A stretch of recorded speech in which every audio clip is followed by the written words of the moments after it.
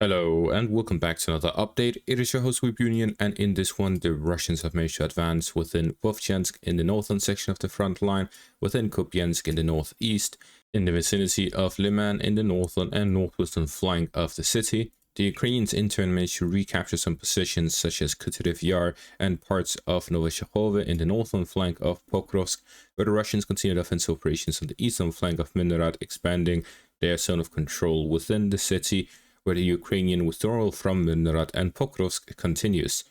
In the southern parts of the Dnipropetrovsk region, the Russians continue offensive operations, gaining control of additional parts north of the Kucheriv line and additional advances along the area in between the first and second line of defense within the Zaporizhia and Dnipropetrovsk region. Starting out in the Pokrovsk section of the front line, the Russians continued offensive operations on the eastern outskirts of Myrnohrad in the southern parts of it, where the Russians continued offensive operations to gain control over the industrial area and expand their foothold within the city. The Ukrainians are here splitting up into two parts. There's a part that is slowing down the Russian advance by standing in their positions and launching some localized counterattacks, where they're looking to prevent the Russians from advancing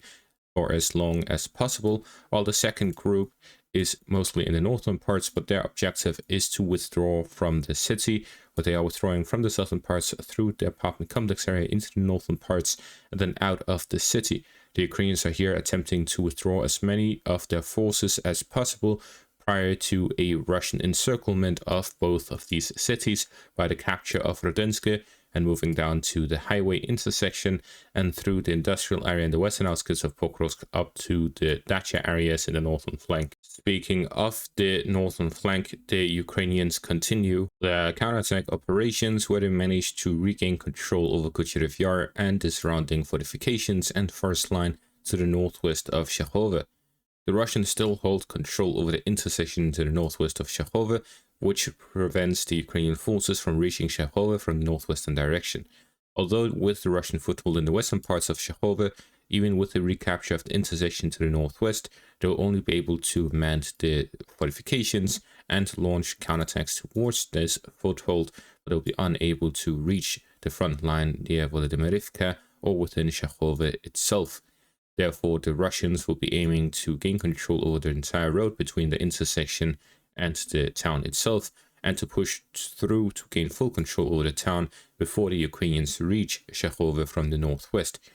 Aligning the front line with the capture of Shakhova significantly bolsters the Russian supply capabilities in the northwestern direction, but the forces have likely withdrawn from these settlements due to heavy Ukrainian pressure and due to the Ukrainian strikes on the supply lines that happened further south, with the Ukrainian push near Doroshne and Myrnohrad, which limited the supplies going to the front line near Kucheriv for some weeks. This significantly weakened the Russian positions up in the north, and this allowed the Ukrainians to recapture the settlement. The Russians have also withdrawn from Vilna, leaving it in a gray zone where the Russians strike any Ukrainian forces entering into the settlement, and they themselves have left it.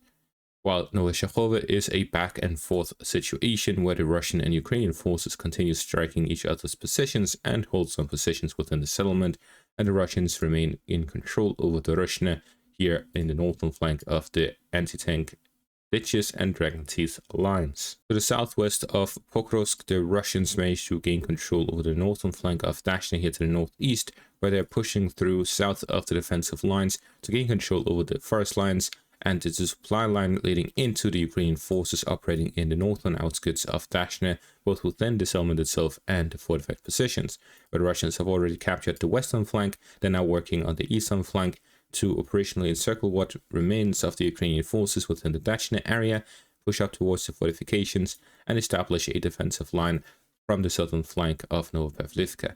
To the southwest of Pavlivka, the Russians gained full control over Ivanivka following weeks of fighting, where Russians first gained a foothold at the end of September, and since then have been fighting for about a month to gain full control over the settlement, pushing through to the outskirts of it, getting control over the fortifications on the outskirts of Ivanivka, pushing up in the northern direction, aligning the front line with the defensive lines to the west of Ivanivka, and gaining control over the flanks for an offensive operation in the direction of Pavlivka from the southwestern direction. With the capture of Filia and Ivanivka,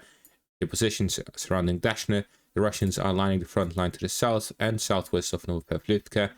With the fighting in the northeastern flank, the Russians are looking to gain control over the remaining outclass formations and Pavlivka, which will allow them to gain control over the eastern, southern, and western flanks of Pavlivka for a potential operational encirclement of the city by flanking them from the northern and western directions towards the settlements of Kucheriv and Fedorivske, which will allow them to operationally encircle Pavlivka rather than storming it head on. Further southwest of this, the Russians managed to gain control over Pavlivka and the farm areas to the south of Myrnohrad, as well as the roads connecting the two, as they continue their offensive operations to gain full control over the Yansure river.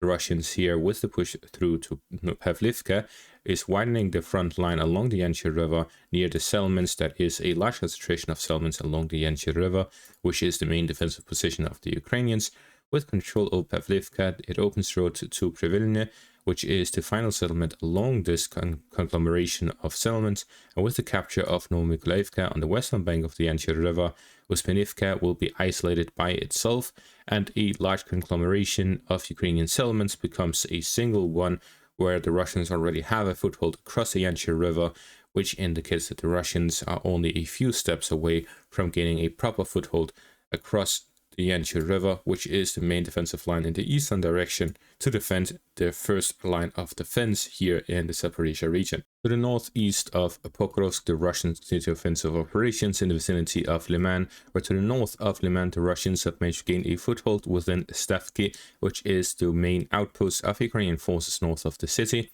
as well as the fortified position along the road. With this, the Russians have gained full control over the fortifications along the road connecting Zarishne to Stavki, which then connects to Drobyshev. So with this, the Russians continue offensive operations on the northern flank of Leman to connect their forces between the east, north, and west. And with the foothold gained within Stavki, the battle have begun over the outpost north of Leman, which is the final settlement on the northern flank. With control over the settlements on the eastern flank,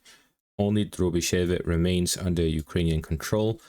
Here on the western flank of Leman, the capture of which will allow the Russians to start storming Leman from the western, northern, and eastern directions along the first and second lines of defense, to which the Russians can bypass these defensive positions from Drobyshev, where they can flank the fortifications from their weak point and enter into the Leman direction through the weakness in their defensive lines, where the Russians can provide fire support from the eastern flank near Zarishne, Torske, Yampil, and the forest area itself.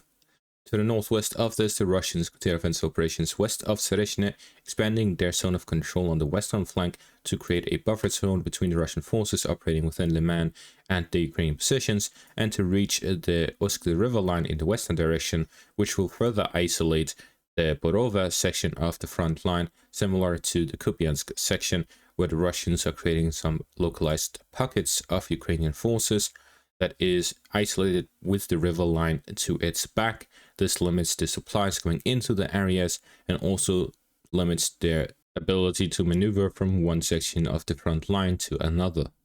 The Russian offensive operations continue in the vicinity of Leman and in the Oskil river line direction. As for the city of Kupiansk itself, the Russians gain control over what remains of the school area. This solidifies their control over the eastern parts of Kupiansk and leaves just the small part of the apartment complex area in the southern parts of the city under Ukrainian control, following which only residential areas remain under Ukrainian control, and the Russians would have full control over all major defensive positions within the city, which will allow the Russians to have a strong hold over it and allow them to start operating on the outskirts of it. In the Vovchansk direction, the Russians continue offensive operations to the southwest of Vovchansk, where they have managed to gain a foothold within the town of Sinelnikove. They managed to gain control over the farm area in the northern parts of the town, and the objective is isolating Vovchansk from supplies coming from the southwestern direction, which has roads connecting to the city of Kharkiv itself. Cutting off those roads will allow the Russian forces to increase their pressure on Vovchansk itself. Gaining full control over it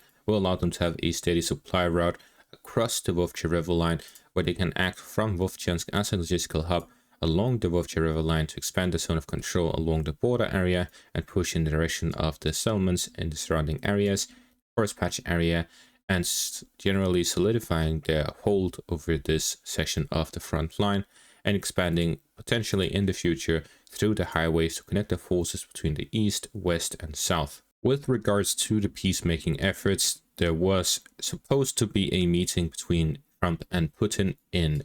Hungary, in Budapest, where following a phone call between Marco Rubio, the Foreign Secretary of State within the United States, had a phone call with Sergei Lavrov, the Foreign Minister of Russia.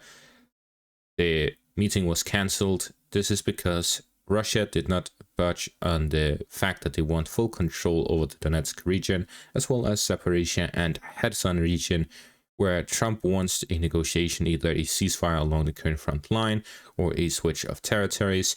But what he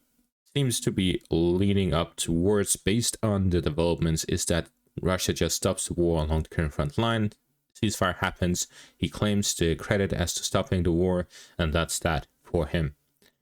Well, Russia obviously does not agree to this, and this led to a breakdown of negotiations. Trump then decided to impose tariffs on Russia, mainly on Lukoil and other oil companies within Russia, to limit the money inflow to Russia.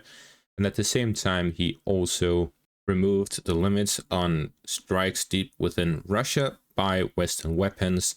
He himself stated that he never had anything to do with this sort of restriction,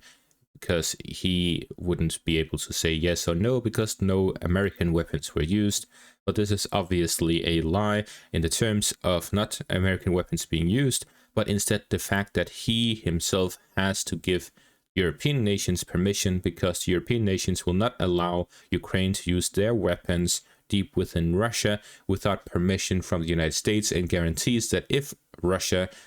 does anything against them, then the United States has their back. And this is something that Trump has done recently, which allows Ukraine to strike deep with weapons such as the Storm Shadow missiles, which is a mix of the United Kingdom and France building those.